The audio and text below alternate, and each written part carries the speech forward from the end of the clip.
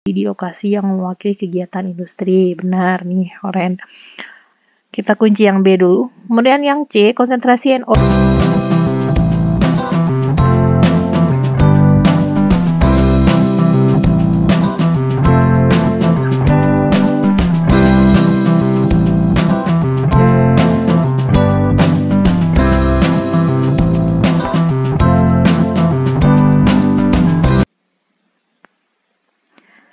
Hai, assalamualaikum warahmatullahi wabarakatuh. Jumpa lagi di Geograf Minang Channel.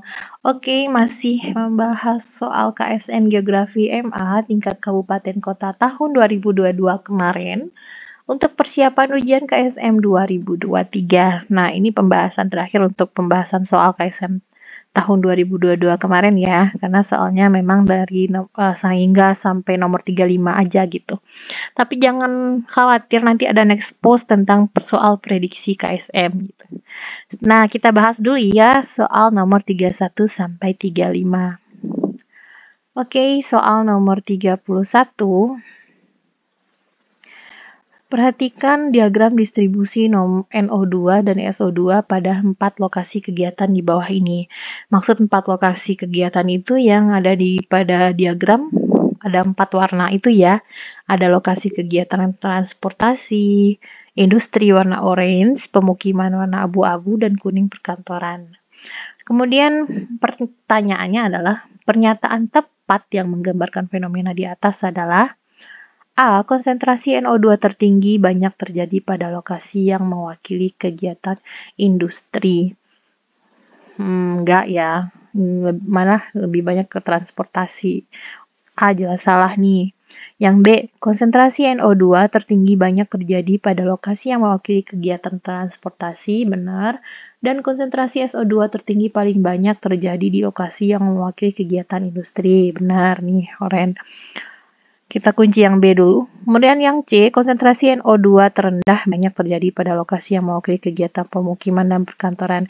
Nah, di sini menjebak ya. Karena di sini bilangnya konsentrasi NO2 tertinggi. Ini persenan yang dihasilkan oleh masing-masing lokasi kegiatan, bukan NO2-nya yang terendah gitu. Jadi, ini salah ini. Sama dengan D, konsentrasi NO2 terendah banyak, enggak ya, salah. Judulnya ini jelas ya, konsentrasi NO2 tertinggi. Jadi jawabannya adalah B. Nah, di sini kamu itu, tunggu, untuk soal 31 itu kita harus teliti terhadap soal-soal seperti ini. Ini soal-soal literasi biasanya nih, yang disajikan gambar, infografis, diagram, grafik. Nah, kita harus teliti bagaimana membaca infografis data atau diagram yang disajikan. Nah, di sini kamu harus meningkatkan ketelitian dalam menjawab soal. Ini menjebak nih, jelas menjebak C yang D dan D ini. Walaupun ini hampir menyatakan benar ya, persennya kecil nih antara pemukiman perkantoran, kemudian paling banyak terjadi lokasi industri. Nah, ini parah ini, parah. Ya, jadi jawabannya adalah B. Lanjut soal 32, perhatikan gambar berikut. Nah, ini gambar peta Indonesia yang ada kayak lempengannya ya, ini. Berdasarkan peta geologi di atas, pernyataan yang tepat tentang pergerakan lempeng tektonik di Indonesia adalah A. Lempeng Asia Tenggara bergerak 7 cm ke arah tenggara, lempeng India Australia bergerak 9 cm per tahun ke arah utara, dan lempeng Pasifik Barat bergerak 1 cm per tahun ke arah barat. B. Lempeng Asia Tenggara bergerak 1 cm tahun ke arah utara, lempeng India Australia 7 cm, lempeng Pasifik Barat 9 cm ke arah tenggara. Yang C. Lempeng Asia Tenggara bergerak 1 cm per tahun ke arah tenggara, lempeng India Australia 7 cm per tahun ke arah utara, dan lempeng Pasifik Barat bergerak 9 cm per tahun ke arah barat.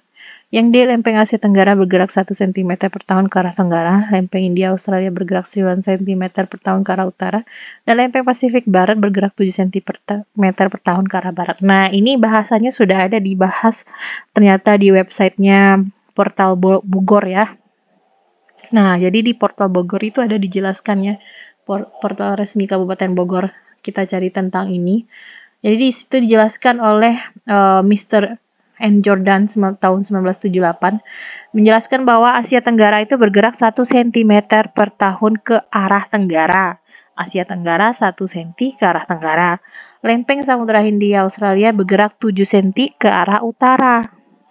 Hindia Australia 7 cm utara, dan lempeng Pasifik Barat bergerak 9 cm ke arah barat. Pasifik 9 cm ke arah barat. Nah, jadi yang paling tepat jawabannya adalah C. Oke, kita lanjut. Soal nomor 33. Perhatikan gambar berikut. Nah, ini adalah gambar peta topografi dari suatu bentukan lahan ya. Nah, bentuk lahan yang sesuai ditunjukkan gambar tersebut adalah apakah aluvial, karst, eolin, struktural? Nah, mari kita lihat penjelasannya. Jadi, gambarnya sama sekali dengan yang struktural ya. Ini dia gambarnya tadi. Tapi kita lihat dulu apa itu yang struktural. Jadi, bentang alam struktural disebut pula sebagai geomorfologi struktur atau morfotektonik. Pengertiannya adalah tentang struktur geologi itu dari bentang alam struktural. Bentang alam ini sangat akrab dengan kehidupan kita karena ada di sekitar dan mudah dikenali. Sebagai pencirinya apabila ada perbukitan atau pegunungan tidak disertai keluarnya magma dari dalam bumi atau gejala vulkanisme yang lain dan tampak berderet panjang. Nah, ini ya, ini kayak bukit-bukit. Jadi, ini kan peta topografi itu semakin dapat kontur itu semakin terjal ya. Wilayah lahannya gitu. Jadi ini menggambarkan bukit-bukit nih, bukit-bukit, deretan bukit-bukit. Nah, ini bukan sungai ya. Kalau sungai itu dia biasanya agak tebal garisnya dikit, terus kayak ada cabang-cabangnya gitu. Ya, ini sama dengan soal ya gambarnya.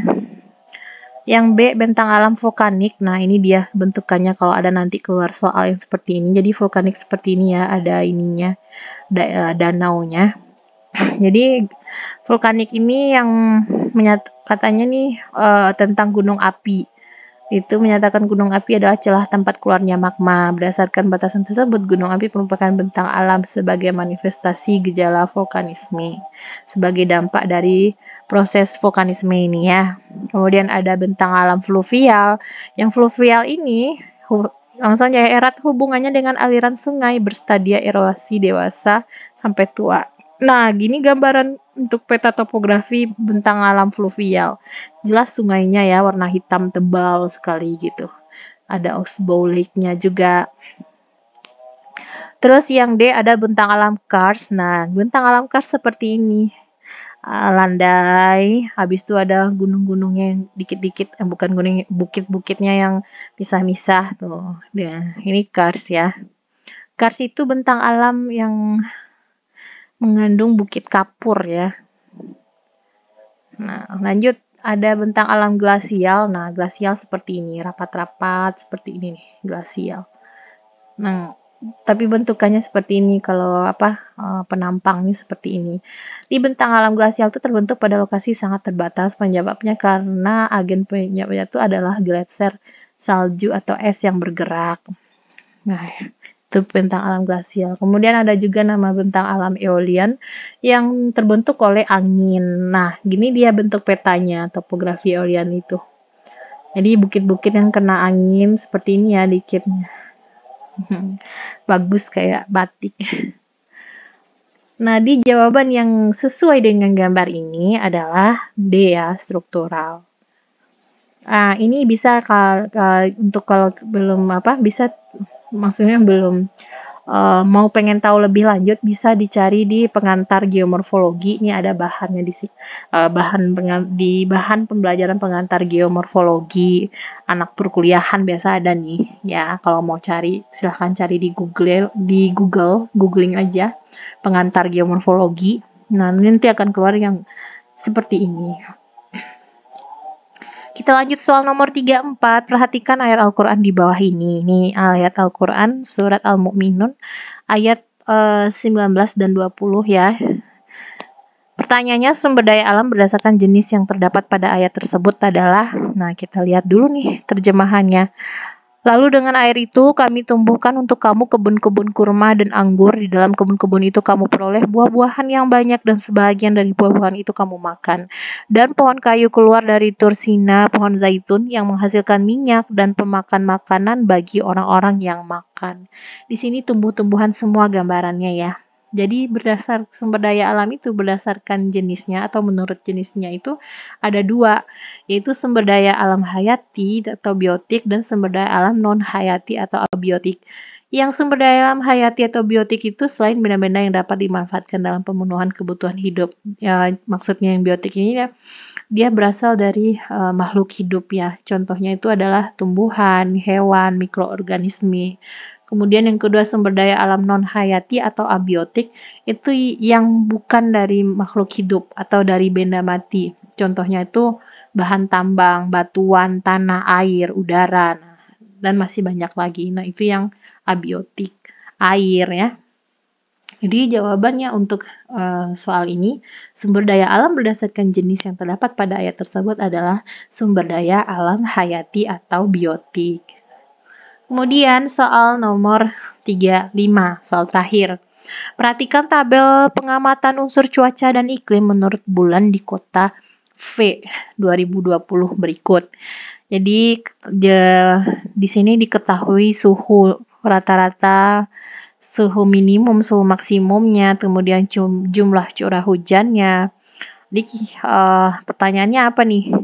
Berdasarkan tabel di atas, tipe iklim kota V menurut Koppen adalah, kita lihat nih, rata-rata suhunya 28 derajat Celcius 29 ya, nyaris sampai 30.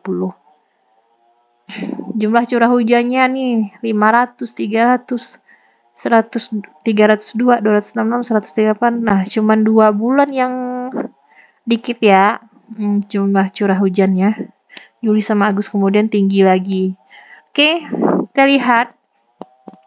Jadi dalam klasifikasi Koppen itu didasarkan pada pembagian iklim terestrial dengan 5 tipe utama yang dilambangkan oleh huruf kapital A, B, C, D, dan E. Nah, masing-masing tipe iklim ini kecuali B ditentukan oleh kriteria suhu dengan ini ya, dengan ketentuan sebagai berikut. Nah, iklim hujan tropis itu atau iklim A namanya, itu pada rezim iklim ini suhunya berkisar antara 18 derajat Celcius sampai 30 derajat Celcius, di mana curah hujan setiap bulannya itu besar dari 60 mm. Vegetasi yang tersebar dan tumbuh subur adalah ekosistem hutan hujan tropis. Kalau iklim kering B itu suhu udaranya 19 derajat sampai 32 derajat. Iklim C antara -3 dan kurang dari 18 derajat Celcius. Iklim dingin -3 sampai lebih 10 derajat Celcius. Iklim kutub E 0 sampai 10 derajat Celcius. Nah, kita lihat untuk menentukannya suhu dan jumlah curah hujannya tadi ya. Nah, di sini kan suhu rata-rata 28, berarti sesuai kategori iklim A tadi ya, 18. Bisa jadi B juga, 19 sampai 32. Ini 18 sampai 30. Tapi kita lihat nih ke jumlah curah hujannya. Kalau jumlah curah hujan yang di A itu dia besar dari 60 milimeter maksudnya. Ada nih dalam 1 tahun itu ada 11 bulan yang lebih dari 60 meter, cuman 1 bulan yang dikit pula kurangnya. Nah, jadi kita ratakan ini termasuk ke dalam tipe iklim A atau iklim hutan hujan tropis gitu. Di jawabannya untuk nomor 35 adalah tipe iklim kota V menurut Koppen itu adalah tipe iklim A, hutan hujan tropis. Oke, sampai di sini pembahasannya. Terima kasih telah menonton channel Geografi Minang. Semoga menambah pengetahuannya. Jika ada salah atau diragukan atau menjadi pertanyaan, bisa kita bahas di kolom komentar ya. Jangan lupa untuk subscribe channel ini agar kamu tidak ketinggalan soal-soal terbaru, pembahasan-pembahasan yang lebih akurat, dan jangan lupa habis postingan ini insya Allah akan ada soal prediksi KSM tahun 2023 ya, semoga sama ya, atau ya 11-12 lah jenis soalnya gitu di next post. Oke, assalamualaikum warahmatullahi wabarakatuh.